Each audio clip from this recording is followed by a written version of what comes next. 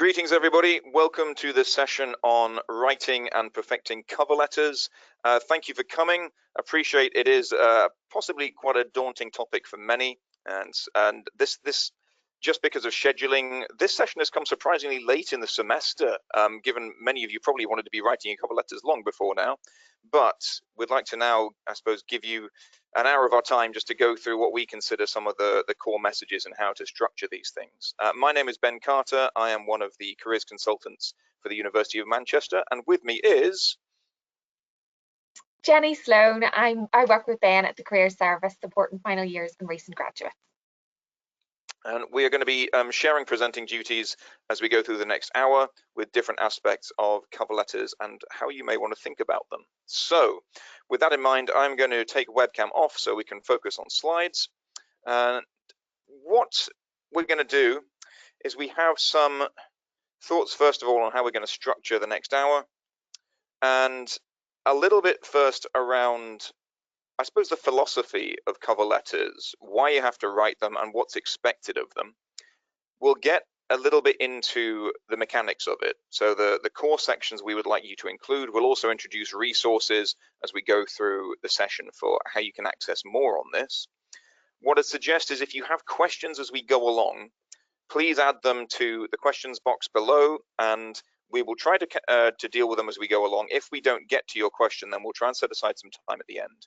At various points, we will ask you to dive into the questions box just to answer some questions, some direct questions we will put to you as an audience. So at various points, you may just have to go straight there and give us some responses. We've got some example cover letters which we'll be putting in front of you as well, and that is available in the handouts. If you take a look there, you'll see there's two handouts for the session. One is the PDF of these slides, and that includes the various resources linked from there. So if you want to download that now, you will find a second one there as well for our activity, where you will have 3 different cover letters to take a look through and a job description that they have all applied for.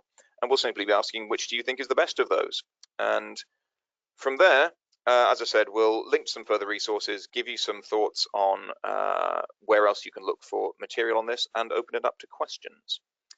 I can see we've got one coming already. There's a question there on, do you think it's too late now to be applying for summer placements next year? No, absolutely not. That you will find more and more opportunities advertised as we go through the next semester. So yeah, it is not too late. You haven't missed out on everything. Will opportunities be more limited? Perhaps. And certainly this year, as things are maybe a little bit more limited than they have been in years past, it does mean that maybe fewer companies are offering opportunities, but no, it is not too late. You can still be applying for stuff as we go forward. I'd first like you to give us your thoughts on, I guess, a simple question, and that is, what do you think a cover letter should communicate? And if you could go to the questions box now, please, and just give us a few ideas. You can put more than one response in here, but we'd like to know from you, what do you think you're trying to get across in this document? And we've got our own ideas, obviously. We will share some of those in a second, but I'd like to hear your thoughts, first of all, on what are you trying to get across? What kind of messages do you want to deliver through the cover letter, please? And if anybody wants to kick us off, if you don't want to broadcast your answer to the world, then you can send it to us as a private message. That's absolutely fine. We've got answers coming in already. Thank you very much to those who are posting.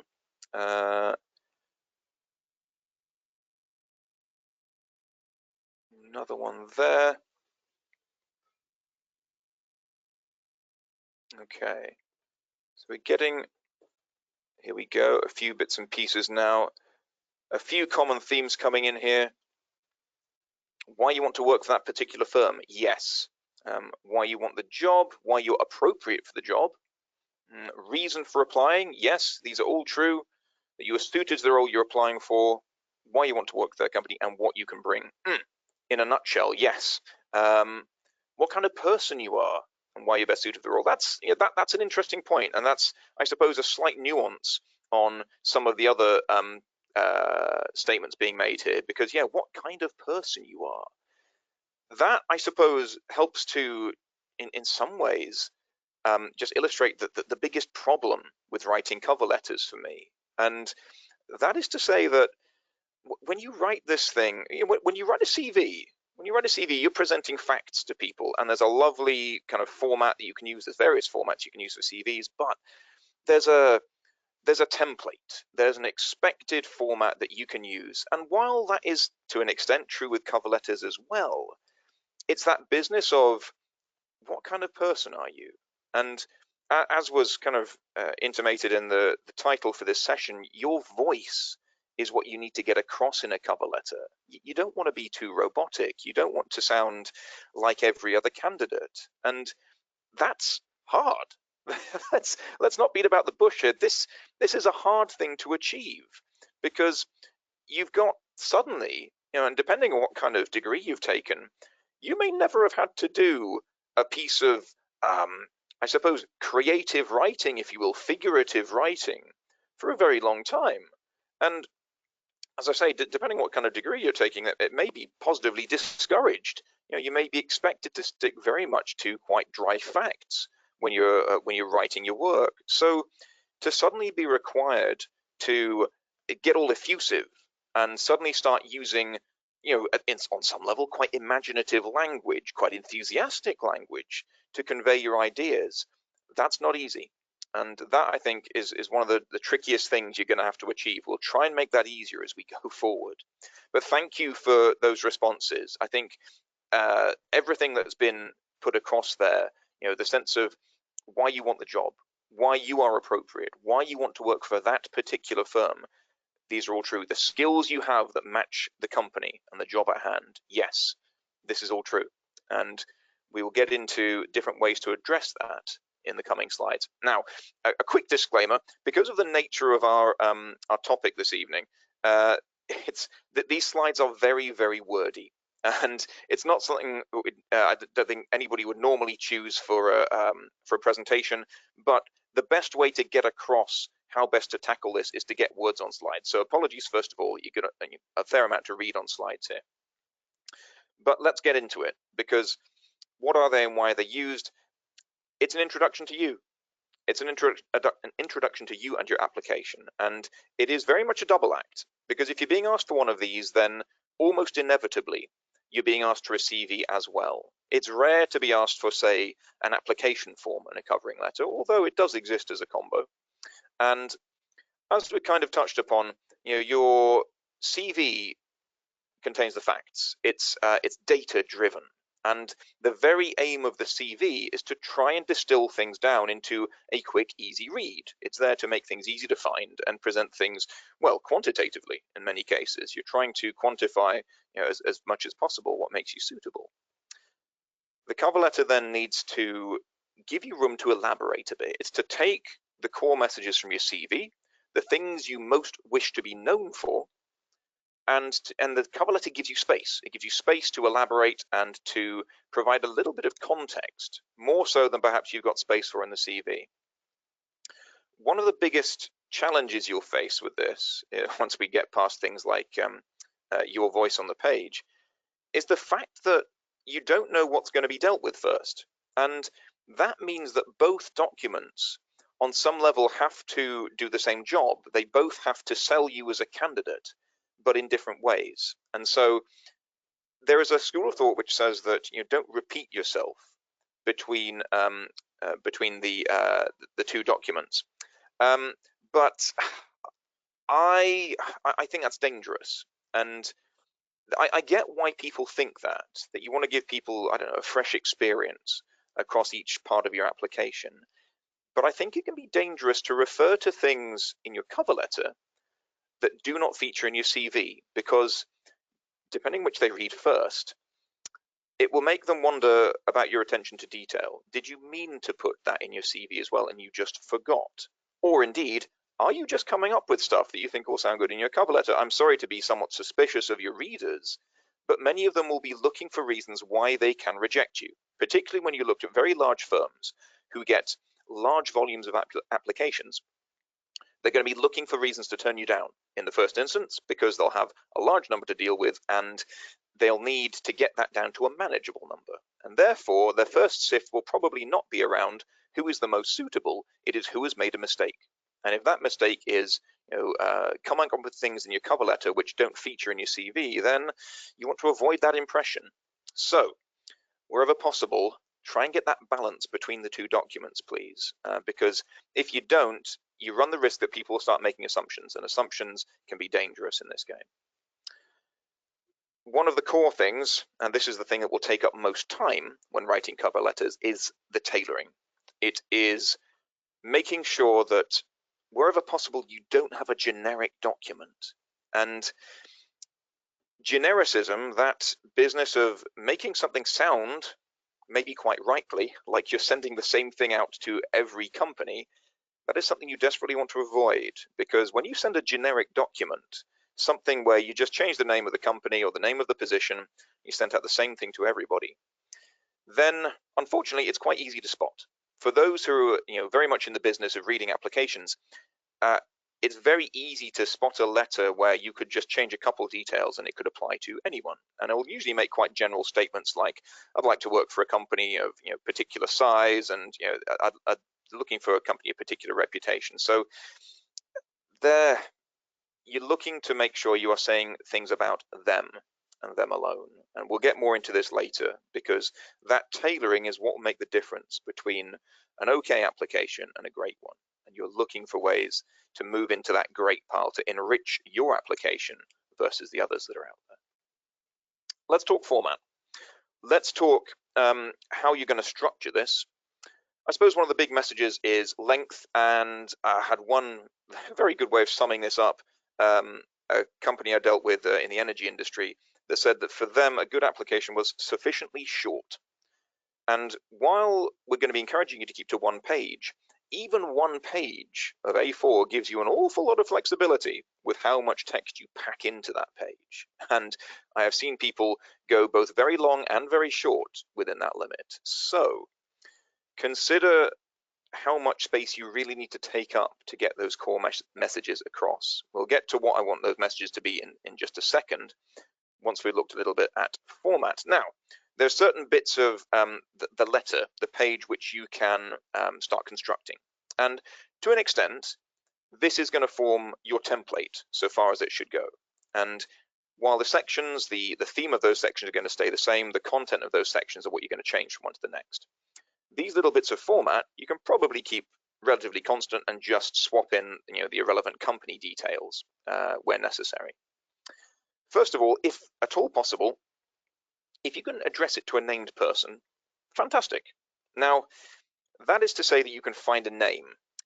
Not every application does this. Many do, but you will often find a situation where they'll say to you that, please just email applications to this address, no name given, or you'll simply be putting it into an application form on a website. So if you can't find a name, then have a look around. It's possible to find who you should be writing to, particularly for smaller companies, just by looking around and seeing who is the CEO, who is the hiring manager. If possible, you could even call them up. This is not a bad approach to take. And actually, as a piece of research, we'll get into this in later slides, how best to flesh out your cover letters. Calling the company and asking to talk to them about your application, it's not against the rules. Don't think you're somehow cheating. If you call them up and say, I'm just writing my application for your vacancy, could I have a chat with somebody about it, please? That's okay. And if anything, it demonstrates to them that you're prepared to go the extra mile when it comes to the research you want to do. So that includes finding out who you're going to write to. Now, if it comes down to it and they simply say, nah, we don't mind, or there's just no name forthcoming, don't worry. No one, I'm reasonably certain, no one is going to reject your letter if you don't put a named individual on. What might set things off on the wrong note is if there is a name available and you get it wrong. So please be very careful with things like spellings and titles, because you may need to hedge your bets very slightly if you don't know, for example, whether an individual is a doctor or a professor, or even if somebody is a Mrs. or a Miss, and you might have to go with the more generic Ms. instead. So be slightly careful with things like this, but if it comes right down to it, then dear Madam/Sir, dear head of hiring, that can do in these situations. So having established kind of your opening, dear somebody, there's various other bits which you can then include just to make sure that you're getting a few different boxes ticked. A date should be amongst these. I should say this is an official document. Make sure you've got a date on there for when you completed this, for when you sent it off. You'll see in various templates addresses as well. So your address in the top right, and then the company address over on the left-hand side. If you've got space for these, fantastic. It's a good piece of letter writing tradition. I'd say that if you find that you're pressed for space, this is the kind of thing you can sacrifice. But if you want to get that nice traditional look to your letter, then sure, get on your address, your contact details on one side, and get the people you're writing to on the other. After that, there's a couple of other things that you can use to make your life easier. And one of these is a subject line, which can include such things as what you're applying for. And if there is a reference number, include this as well, please. Because again, you're looking for things to make your reader's life easier. And if your subject line, the same way that you would write a subject line on an email, and that's just going to have the fact that you're applying, so it's going to be application for such and such position, brackets reference number XYZ. That's it. That's all your subject line is. And again, it's something in bold which allows your reader to see immediately what is it, precisely which vacancy you're applying for, and it also saves you time, because when you get into the following paragraphs and you're looking to establish your motivations, you don't then need to waste time saying, hello, I am writing to apply for this vacancy. You can just skip that bit because you've told them that in the subject line. I'm going to skip to the end here, and once you've gotten your content in there, your motivations and your justification for why they should choose you, you're going to finish up your sign-off, your valediction, to give it its official term, is usually, most people think of yours sincerely. It's relatively important to bear in mind that yours sincerely is only used if you wrote to a named person at the top of the letter. And if you haven't, if you've gone with a more generic dear sir or madam, dear hiring manager, then you're going with yours faithfully. It is letter writing tradition that you are writing more faithfully to those whose name you do not know. I'm not entirely sure why, but it is purely letter writing tradition, and some recruiters will be traditionalists. So stick with the convention on this, please. That gives you your page layout. We'll get to the paragraphs, the meat of the thing, in a second. There's one other point to consider, though, because we've laid out a little bit around the page structure and some of the traditions of letter writing, which you can include here to make your readers comfortable. A couple of other thoughts. One is fonts. Your choice of font can say a surprising amount about you. Here are a few, and it may seem quite subtle, but the way that you choose a font, it does suggest something about, I suppose, your personality, your mindset, and your approach to job applications. And a lot of this has to do with serifs. That is to say, as you look at the examples here, the second and third examples for Perpetua and Times New Roman have these little tweaks in the corners of the letters, and they're referred to as serifs. And that the act of having those on there as a holdover from old-fashioned typesetting for when printing was done a little bit more physically, it can create a more traditional look to the wording of your CV. And depending on what kind of impression you want to create, then you may want to go for that. And you can always look for things like house styles, particularly if you're applying within the media. And anybody that's any company that's heavily into the printed word, they may have their own preferences on this, and so you can look for things like how does this company communicate, what is their preferred style. Many companies put it on their website these days for their how they like to go about things, what kind of appearance they want in media.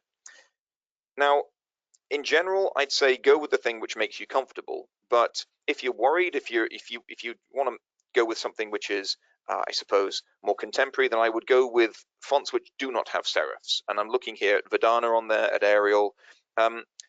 It means that you've got a choice. You can go for something which I suppose has a more traditional look. You can go for something which is more contemporary. I would usually go with the contemporary over the traditional, mainly for the reason that your letter, you're looking for something which stands out. You're looking for something which looks different to other people's.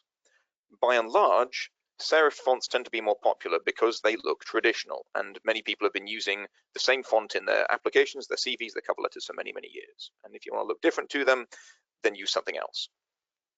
Do not take this too far.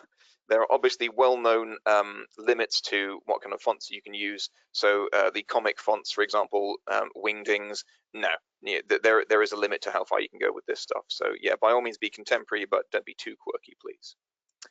One final thought on format before we get into the content of your letter, and I pass the mic over to Jenny, is around, I suppose, the brand that you're looking to create with this. And it's worth considering whether you would like to match the font you use in your cover letter with the one you use in your CV. Now, sometimes this will be taken out of your hands, because sometimes you'll simply be asked to copy and paste your cover letter or motivational statement, as it's sometimes referred to. Sometimes people just call it a personal statement, as is often referred to in postgraduate applications, but it's all broadly the same thing. Sometimes you'll be asked to paste your cover letter into an application form, and they will give you 0 formatting options. You won't get the chance to change the font. You won't even be able to have such things as bold or italics or things like this. It'll be simply down to plain typeface. At that point, it doesn't matter too much. However, on the other occasions, when you get to upload your document, and you get that option of trying to create a sense of personal branding between your CV and your cover letter, I encourage you to think about how the two documents look together. And very often, the way in which you present your contact details in your CV is something you can carry over to the cover letter. You may not be able to use the exact same look, because if you're doing the right thing with your CV, you've probably got your name in very large letters at the top, and that can look a little bit off-putting in a cover letter. So consider whether there's a way you can marry the two together, keep the same font, keep broadly the same structure to the page, but have that link between them, so that when somebody looks at the two documents together, they see that, yeah, here is a person who's got a sense of coherency and is taking the trouble to make their application look good for us. That is a good impression to create. Okay, I am going to pause here, and I'm going to hand over to Jenny to take us through the content, the main sections you are going to include in your letter. Great, thank you so much, Ben. So yes, as Ben said, your cover letter should be set out like a business letter, and it should be no more than 1 page in length. So after you have, if you set everything out like a traditional letter or formal letter, you have a limited amount of space to work with. And as Ben said, sometimes people can be very, very short, very concise. Others can include lots of extra detail, but really there should be 5 clear paragraphs or sections in your cover letter with the space that you have left after the formatting. So you'll see them there on screen. So we've got the introduction, and then at the end we've got the conclusion, and the bits in the middle are the most important bits. Why the company, why the role, and why you, and we'll cover each of them in turn. But just to sort of reiterate what Ben said about your introduction, it's short. It starts with sort of dear sir, madam, dear hiring manager, or the name if appropriate, and then you've got your reference. So you insert the job title or the job vacancy ID that you're applying for, just sort of like a like a subject title in an email. Then you've got your introduction, a couple of lines, 1-2 lines. You introduce yourself and your degree and say where you saw the advert and why it initially appealed to you. And then we'll fast forward to the conclusion. So this is, again, remember to use the right phrase. So it's yours faithfully if you do not know the person that you're contacting, or yours sincerely if you do know the person. Perhaps you met them at an event, or you spoke to them during an online workshop, or there's a named contact listed on the job description. And your conclusion, again, similar length to introduction, a line or 2, and that's when you sort of reaffirm your interest in the role. If you have maybe exams coming up or anything and you're not available during a certain time period for interview, let them know there. And remember to finish on a positive note. So thank them for their time in reading over your application, and reiterate how you're looking forward to hearing back from them. So if we move on to the next slide, please. Thank you. So why the company? So this section, pretty self-explanatory, why you're applying to this individual company. So what makes this organization stand out from other similar companies?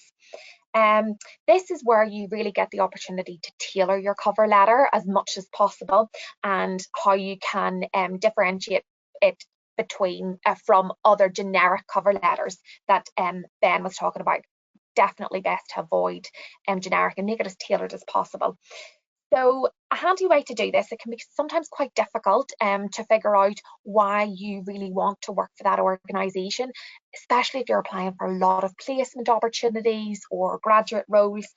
But sort of a quick tip is to look at the company's website, and often they'll have sort of like an About Us section where they talk about their strategy and their values and their mission. They'll often have a mission statement, and you ask yourself, what do you agree with, and how do you think your values align with the company's, and why? So for example, maybe they're really passionate about environmental sustainability, and this is something that matches your values. So this is why you really want to work for them, because you have matched values. A lot of people say, you know, oh, I really want to work for this organization because it's a global organization, because there's so many offices all over the world. That's not tailored enough. Lots of people say that. Instead, focus on why that's important to you. Why is an organization with international reach and a global outlook or perspective really important for you? Is it because you have really honed your cultural awareness throughout your degree and you want to expand on this? Is it that you want to learn from lots of different people and lots of different departments? Really focus down and drill down into the nitty-gritty. And then think about, again, how your values align with the company's and why. So what have you done that sort of demonstrates why you match the values? So perhaps your degree is closely linked. Look at your career and your life ambitions. How do they line up with their goals as a company? And actually, a good idea could even just be to Google the company and find out what projects they're working on at the moment. Maybe there's some media interest, if they've been given a certain award or an accolade or some funding to pursue a particular project. Maybe they've collaborated with a charity on a campaign or something like that. Really have a look at the news updates and any industry insights that you spot as well. And you'll also, as well as just normal Google, you might spot something on LinkedIn, spot something in their social media channels like their Facebook or Twitter or Instagram, but always go back to, why does that interest you? Why do you want to be a part of what they're doing? So if we move on to applying for the role now, thanks Ben. So this is really where you state your motivation for applying and show your understanding of the role. So look at the job advert and the description and find out what you'd be doing on a day-to-day basis. So that's usually under the job responsibilities section of the job description. And then pick out a couple of aspects of your daily responsibilities and state why they appeal to you. So perhaps you're involved in, perhaps one of your responsibilities is copywriting or social media management. So why does that appeal to you? Are you really interested in creative writing? Do you have a natural, very creative flair? Do you do creative writing or volunteer for a newsletter, or have your own, or sorry, a news outlet, or do you have your own blog, for example? Are you creating a social media presence through volunteering work or anything like that? Always think about, you know, why would I be good for this role? What is it about this role that excites me? Perhaps they're asking for a particular skill or set of skills, either technical or transferable. And if so, where have you demonstrated this in either your education or your work history? So basically you're thinking, how does what you do in your degree, or what you did in your degree, or your extracurricular work, or your voluntary work, or your part-time work, how does that match up to what you'll be doing in this job? And maybe what other experiences have you had that mean that you would be a really good match for these activities? And then the sort of last larger section, if we just thank you, is why you. So this is a really, really important part of the role, and this is where you really complement the factual information on your CV, and you really, I hate this phrase, but it is sort of giving yourself a sales pitch. You're promoting yourself. So really think about why they should employ you and not somebody else. So is it your ability to work well in a team, for example? If so, evidence it. Do you resonate with their values? Again, evidence it. So I usually suggest to maybe select 2 or 3 examples from your CV that you can really expand on in this section, and talk about them in more detail, and really extract the value from these experiences and use them to evidence how you have a couple of the essential skills listed on the job description. But always remember to back up these claims with evidence. Always think of, okay, you know, I'm saying I have this. It's important to state that explicitly, and don't be afraid to literally pick words out from the job description under the essential skills. But how can you prove it? How have you demonstrated or acquired or developed or strengthened or utilized this skill? And you can do that, you can demonstrate that through specific examples. That's great. So I'll pass back to Ben. But if you have any questions about anything that we've covered, please do use the question box, and myself and Ben will get through the questions at the end. Indeed. So we now have a chance for you to put some of this into practice, because as you may notice, down in the handout section, as well as the slides from this session, there's a handout with a job description and 3 cover letters. And in the next 5 minutes, I will stick a timer up on screen, and after 5 minutes, I'll maybe pause and just see how everybody's getting on. If you need a couple more minutes, then we will do so. But take 5 minutes to have a scan through the job description and the cover letters that follow. And I'd be interested to know your thoughts, please, on what do you think is best. And we'll maybe take a few thoughts on what was impressive, what actually made a particular one stand out. So take a second, please, to download that PDF file. It is listed as cover letter activity, and I am now going to take us out of slides and onto the one that is Google Timer. And bear with me 1 second, please. There we go.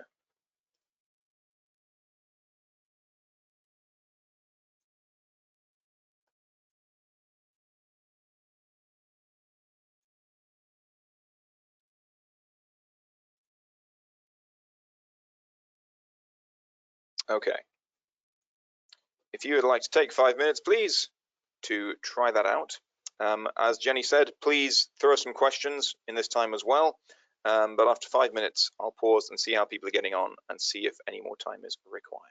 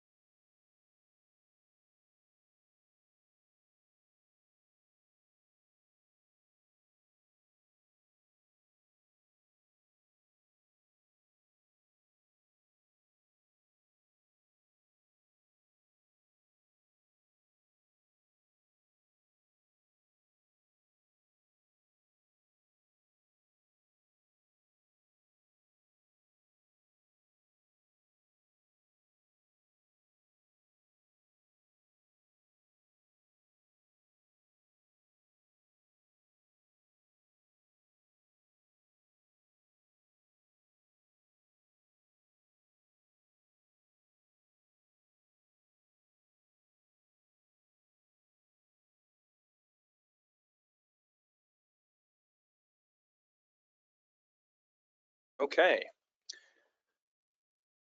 Thank you all for taking a crack at that. I would now like to invite anybody who's had a chance to look through all of those to give us their thoughts, please. If you want just to throw in an opinion in the question box, I am going to turn our sharing to the same PDF that you've been looking at. And we've got some answers coming in. Let me see here.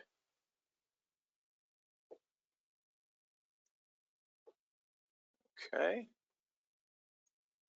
First one, I'm not going to shout out these just yet until others have had a chance to give their opinions.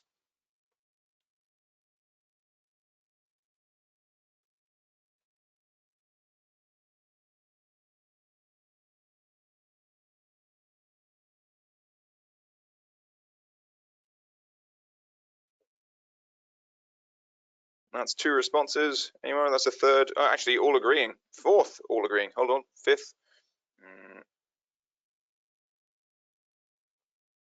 This is good stuff. Yes, I think I would broadly agree with the opinions as they're coming in, that the third of the 3 cover letters for me certainly has the kind of the ring of truth about it. If I just scroll down, you can see it obviously comes down an awful lot to things like the desired skills, and has the candidate taken the trouble to evidence those? Let's see here.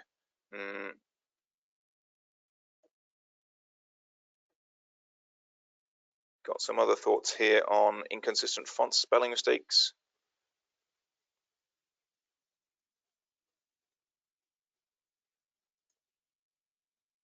Now, there are various things. There are some very useful phrases thrown into the desired skills here. You know, somebody with self-confidence, looking for use of responsibility that they're looking for. It does say that prior experience is useful, as helpful rather. An aptitude for numbers analysis is important, and it's a question really of, as you read these letters, do you feel the candidate has actually managed to successfully evidence those? Now, there's more, and it's important, again, it's an important point here to consider, has this candidate read the thing in full? Because we have this this second short section on things like strong interpersonal skills are a must. So it's these little details where, when you are looking through job descriptions, not only do you need to look, as was mentioned, at the role itself and the responsibilities that they'll want you to be taking on, because this is great material, as Jenny said, for matching yourself to you know, to what they have in mind. But then it comes to matching yourself to what they need from you, and that, I think, is often the crux of it. Says a point here, the second one does not address a specific person, although in the end, although the application, there is a name provided. This is fair, and while once again I'd say that it may not be the thing which takes you out of the running, then yes, it's useful whenever they have provided this, to actually take advantage of it. Letter number 1 is brief for me, and while I wouldn't say it's overly, it's not as though it's a terrible example of a letter, but it doesn't really address the company in any way. I see very little in here around the company in question, Keating and Company. It's one of those things that can be very easy to leave out, particularly if you're trying to be more generic, and that's it's one of these small details which, you know, the eagle-eyed recruiter may be looking out for. So letter number 1 is functional, but doesn't necessarily give me great confidence that this person has really bothered to tailor their application. Letter number 2, yeah, we've got a dear Sarah, madam. It's not a terrible crime, but in this instance where a name is given, you know, that is a gift. You know, take that gift, do something with it, please. We've got, you know, a few, you know, at least a statement around, you know, the company itself. I'd like to work for a leading consultancy with international career opportunities, an opportunity to progress my career in consultancy and research. It's probably true that those things could be achieved with Keating and Co, but equally they could be achieved at a great many other places as well. So there's a little bit more here in terms of the training package gets mentioned. I'm particularly attracted by the training package. You encourage, support your employees to complete an MBA after 3 years of employment. It's these sorts of little details which can help. But as has already been mentioned, letter number 3 does go a bit further in that regard. And while you do need to watch out for things like spelling errors and grammatical mistakes, then I think that when we get into the meat of why I believe I have the potential to succeed with Keating due to the skills I've developed, and we then get into some very specific examples which start to match in more closely to what they've asked for. The business here of getting particular satisfaction from producing workable solutions to real-world problems, then we're starting to get a little bit here into that, again, that sense of your voice about what do you want from them, about what do you want from your career. And I'd say the other 2 letters don't necessarily have that sense of the individual. Now, one thing that is probably worth pointing out is that it's not that any of these letters are perfect, because there are things that some of you may have spotted about letter number 3 here, because one of the final things about this is that we get a note here at the end. I have motivation, drive to succeed. That's lovely. And longer term, in a career in process chemistry. And if you missed this, then you can be forgiven for that, because it's one of the final notes here. But it's fair to say that it's easier. This is a really good example of how, when you have got a template letter, you do have to be very, very careful about how you update it, because there are small things like this which will creep in.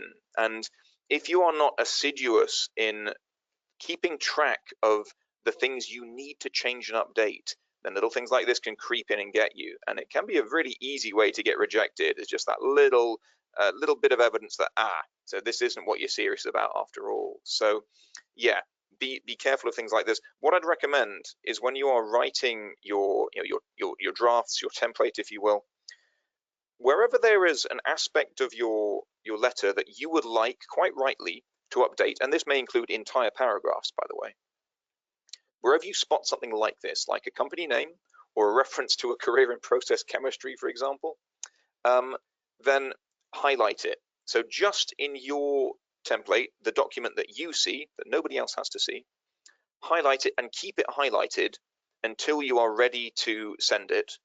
And then it's just a way for you to keep track of those aspects which you desperately need to make sure you update every time it goes out. So have a master version of your cover letter which has these little things tracked in some way. So you've got an opportunity to make sure you notice when there are aspects that you need to update. There's a question here: are you less likely to get an interview if you specify a time or date when you're available for interview? Will it be seen that you are not readily available and 100% committed to the role? Not necessarily. I think that giving them some heads up around the fact that you have commitments to other things, I think you probably need to demonstrate some flexibility. I think being able to say that I'm available for interview between these dates, although I will have time commitments due to exams, for example. It's quite a general thing, but it's just making it clear to them that you're ready for this next stage. But if necessary, you may be able to change your plans. So try and introduce that note of flexibility when you're doing that sign-off. Let's return to slides here. Thank you for engaging with that. And if you want to use that handout just as inspiration for more of this, then please do. Back to slides, though.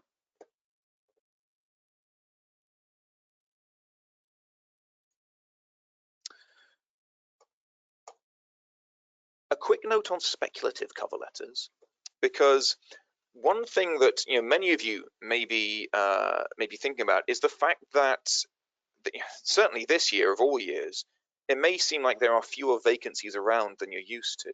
And if that's the case, then you may be needing to look for unadvertised opportunities. And it's important to be aware that being proactive with this, of actually seeking companies first, and then trying to see if there is an opportunity there second, this can be a great way to create your own opportunities. And for certain industries, this is the norm. When you're looking for, the example given here is the media, for example. It is very much expected that you will Seek out ways to build your experience and maybe even get your first role. Patent law is another example. It's very, very difficult to acquire experience in a profession where confidentiality is key, and therefore approaching companies and asking them for experience just out of the blue is an important thing to cultivate. Now, what we'd say here is that the letter you write needs to differ somewhat because you don't have a job description to work to, and it's important to consider that, okay, your letter therefore maybe needs to cover more ground. You need to be prepared to pull out a few things, your opinions perhaps, as to what would make you good in a role with that company. And you can base that upon various things. I would say the first thing that you should base it upon is a conversation with them. Now, wherever possible, before you spend a lot of time writing a speculative cover letter, if you can, call them and ask them if there is even the slightest hint of an opportunity here, because I don't want you to waste a lot of time writing a magnificent speculative cover letter only to be shot down at the first time you submit it and they say, no, there's no way we can hire anybody right now. That's hours you've wasted. So where there is an opportunity, get in touch, please. Now, for bigger firms, this just isn't possible, and they're very unlikely to answer the phone. But talking about smaller firms, small to medium enterprises, startups, people like this, then you've got a much more chance that even if the person that picks up the phone is reception or the switchboard, ask them to direct your call in the right way. Let them know what it is you're looking for and see what they'll tell you. The more information you can gather, the more intelligence you generate that way, the more you can refer to that in your letter. And that, alongside a CV, which, if possible, can be tailored to suit their interests, that's good stuff. Now, other ways you can do this, all the things that Jenny already mentioned around the research you're going to do on the company, around their website, around how they appear in the media, look to things as well like, do they have anything else advertised? Now, you might have to look at wildly different roles here, but look at their vacancies. And if they have any, they might not, but if they do, see how they talk about themselves. See what their priorities are. See how they talk about their values. And if you're really lucky, they may have statements around, here is what we expect from all of our employees. Now, that's a gift. Now, when you get something like that, you can show you're working when you write a speculative letter, because you can say to them, in order to better understand your company, I took a look at the following things, and one of those could be some of your existing vacancies, and I've learned that some of the things you look for in all of your employees are this, this, and this, and then you can take them through it. You can give them that evidence for how you meet those requirements. This could expand to other things. There's plenty of other ways you can research. We've mentioned many of them, things like LinkedIn, the connections you make there, the phone calls, as I mentioned just now, but then how else they present themselves, the posts they make on social media. Reference this stuff, please. Things like company newsletters or annual reports. This is good stuff as well. One thing I would caution, though, is if you're going to dig that deep, if you want to go to something as deep as, say, an annual report, which many companies do post on their website, bear in mind that anything you put on your cover letter, you put in your application, that is fair game for them to ask you questions about at interview. Therefore, if you have dug deep and mentioned things like their share price or how they've done over the last few years, then do not be surprised if they turn around at interview and say, tell us more. What made you so interested in this? And if you don't have a genuine interest in such things as their share price, it's a worrying place to find yourself in an interview. So be careful with what you talk about. Make sure it holds some meaning for you, please. Do go to that bit.ly link there for Hidden Job Market Guide, and you will find one of our PDF guides to accessing such information. Right, some summing up, some do's and don'ts around the cover letters, certain things we've touched upon, but do stick to that page count. If you go over that, then you run the risk that somebody is just going to bin it because they don't have the time. Proofread. Oh boy, please proofread. As we've already touched upon with that third letter, be it ever so great if it does all ticks so many of the right boxes, but then it's got one fatal flaw at the end because they didn't proofread it. And there's some absolute classic examples of this, which we see every week at Careers. There's the people who talk about costumer service when they should be talking about customer service. It's the people who talk about their breadth of experience instead of breadth of experience. Other good ones. Anytime somebody misspells the term communication skills, it's stuff which is really easy to do. Now, that one's perhaps easier to spot because at least that'll get underlined in red by Microsoft Word, but the others won't. I saw a great example of this where somebody talked about their combination skills, and that I had to look it up because it's a real word. Combination is the act of threatening divine vengeance on somebody. So it's a real skill in on one level. It's not really what they were looking for that particular job, I have to confess. So be careful with this stuff. Get another pair of human eyes to look it over, because you're going to hate the sight of your own applications by the time you get to this point. Do the tailoring. Tell them you've done the tailoring. Show you're working, please. Take the trouble to reference their job description directly and tell them that you're doing so. Match the skills, tell them that you've done it. Use phrases like, with reference to your job description or your person specification, however they describe it, and use some of those keywords that you can bring across.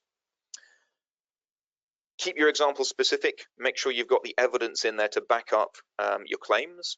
And wherever possible, if you're emailing this, do include it as the attachment, not as the body of the email. This is quite an important point, because if you make your email the cover letter, then somebody has to wade through the entire thing. Okay, they might have a subject line there where they know what it is you're applying for, but they're kind of obliged to read it in full just to make sure they haven't missed anything. And that takes time. And one of the things we're about today is making the life of your reader easier. Therefore, keep your email short, but go long on the cover letter. Make sure you've got the detail in there, but the email is just a quick, hello, I'm writing to apply for this role as requested. Please find attached my cover letter and CV. I look forward to hearing from you. That's it. Things you're going to avoid. Informal language. This is a formal document, people. You are presenting yourself as a professional. Make sure that your language reflects that. Take a look at your email address. Make sure that it is professional looking. You've got to look out for, I suppose, some fairly uneventful things in some ways. Just the fact of having a string of numbers after your name in an email address can make it harder to type out. So if people don't get the chance to copy and paste something, consider whether you can simplify your email address. What else? You don't necessarily have to explain too much around a lack of a particular piece of experience. You don't have to draw attention too much. And if you feel like you're lacking something essential, then I would say it is okay to reference it there, to say something like, I feel that my skills in X may require improvement, but you don't need to go into great detail about that. You can simply say that this is one of the first things I would like to address on if I'm successful in this role, or that'll be part of my my degree course as I go through this year. So it doesn't have to be a big feature. And if you feel like you need to reference things like mitigating circumstances, that is fine. But you're looking to make sure you stick to the positives here. You don't have to have a great laundry list of everything the company's ever done as well. Pick a few specific things which you like about them and talk about those, please. Folks, it is nearly past. I'm going to skip this next slide. It does have an excellent video linked to, and what I'd recommend you do is go to YouTube and look for David Mitchell, the comedian David Mitchell, and his video on passion. The point of this video is around the overuse of the word passion in our world today, as you can see on screen there, being passionate about sofas and the like. So passion crops up a lot in cover letters, and so do such terms as I would be overjoyed to work for your company. Thrilled. I would relish. It would be the culmination of my life's efforts to work for such a company as prestigious as yours. And I want you to demonstrate enthusiasm. I really do. I want you to get that sense of why are you interested in them. However, it is possible to take it too far. So be careful with such terms as passion. It's an evocative word. It's an important word. You need to save it for the things which truly do evoke a passionate response in you. Now, as a general rule of thumb, please consider whether you would use such words out loud. Would you talk about your passion for something? Would you talk about being overjoyed or thrilled, or whether something would be the commensuration of your life's efforts? It's important to consider whether you would actually say such things to somebody in person, and if not, ask yourself whether it should be in your cover letter after all. I'm going to skip that slide as well. A final thought then on other places you can look for support on this, and there's obviously the Career Service website where we have both a template and an example cover letter. If you want advice, if you want feedback on your cover letters, we can do that for you. You can either book in for a quick application feedback session, or you can book in for a longer 30-minute appointment if you've got more questions around application processes, interviews, all that fun stuff. There are external resources for this as well, through the likes of Prospects, and please do take a look at their stuff too. And we've also got advice on how you're going to find what you need when it comes to cover letters in terms of researching employers, as well as such thorny topics as how and when do you disclose a disability. This is all available through our website. So if you want to follow up on any of these links, click on them from the PDF, which is available as a handout from this session. Okay, I'm going to pause there and take a quick glance at the questions which have come in. We've got various things here on, let me see, is it okay to include individual achievements and awards in a cover letter or just in the CV? It depends how much relevance it has to the role at hand. Now, if your achievement or award, if you can link it in some way to the kind of thing they're interested in, then fantastic, sure. I think it is worth making a reference to it there. You do want to demonstrate a certain level of academic achievement, and many job descriptions will say that we want people who are academically gifted, who achieve say a 2-1 level or above. And if you can help to evidence your academic skills by mentioning things like scholarships or awards, then sure, I think it can have its place. It doesn't have to be a feature though, a major feature. Question here about how do you know which skills to talk about. We've touched upon that with regard to where there is a job description available. I hope I've maybe taken you through some of the other ways to address that when it comes to when you don't have that material. And as Jenny mentioned, things like cover letters, things like company values can be a great source of this as well, or indeed other vacancies which I may have to offer. But then also reference discussions. When you get the chance to do your research in other ways by talking to employees, by former employees, then these are all good things to take a look for. Question there on admin roles. Do you talk mostly about an 8-week internship in admin or more about the skills you gained from your degree? Good question. Now, this comes around to the matter of relevant experience. Jenny, I'm going to avoid me doing all the talking here, I'm going to pass that across. Your thoughts, please. Yeah, no worries. Yeah, I think you're totally right. Just how you started there, I totally agree. It all depends on extracting the value from either your degree or your internship, and talking about the transferable skills that you gain. So have a look at what have a look at the list of skills that they're actually looking for on the job description, the list of essential and or desirable skills, and think of the best examples of how you've developed or strengthened those skills. But really, do you have to choose one or the other? Sometimes it can be quite useful to have not too many examples obviously in your cover letter, but it's okay to talk about more than one example.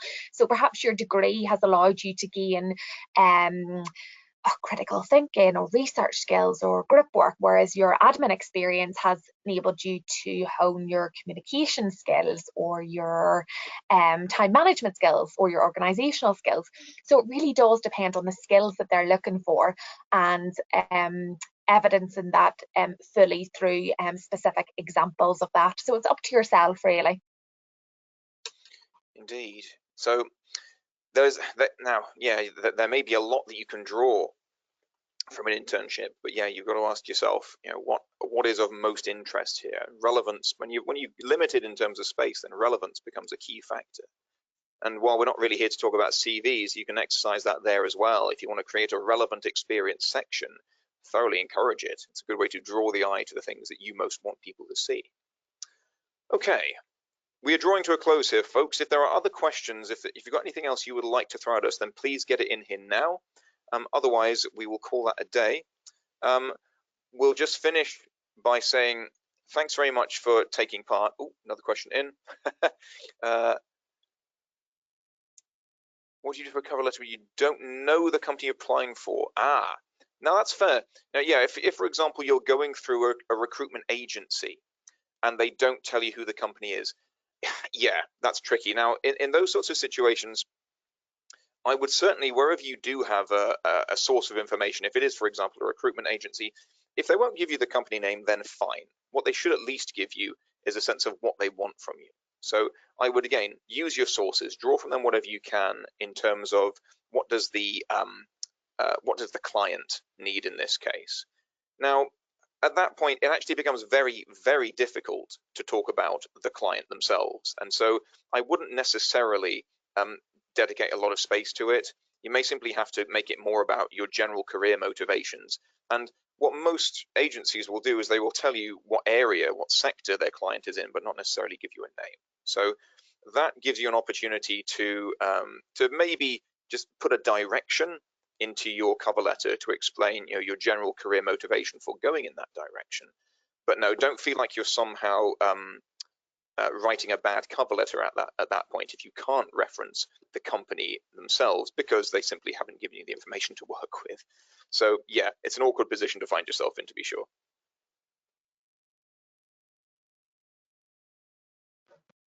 Okay. Finally then, thank you very much for listening. And we'll finish by saying, please be curious, please be connected, please be courageous. I think these things are particularly true when it comes to covering letters. They will both help you succeed and I hope ultimately help you just in terms of exploring how best to approach this tricky thing. So if you want further input on this, then please come find us and please bring us your covering letters. We look at these every day of the week. So bring them in. We're happy to look them over, be that extra pair of human eyes. And for now, thank you very much. We will close the webinar shortly, but very best of luck with your applications and we will see you out there. Bye for now. Thanks everyone. Take care. Bye.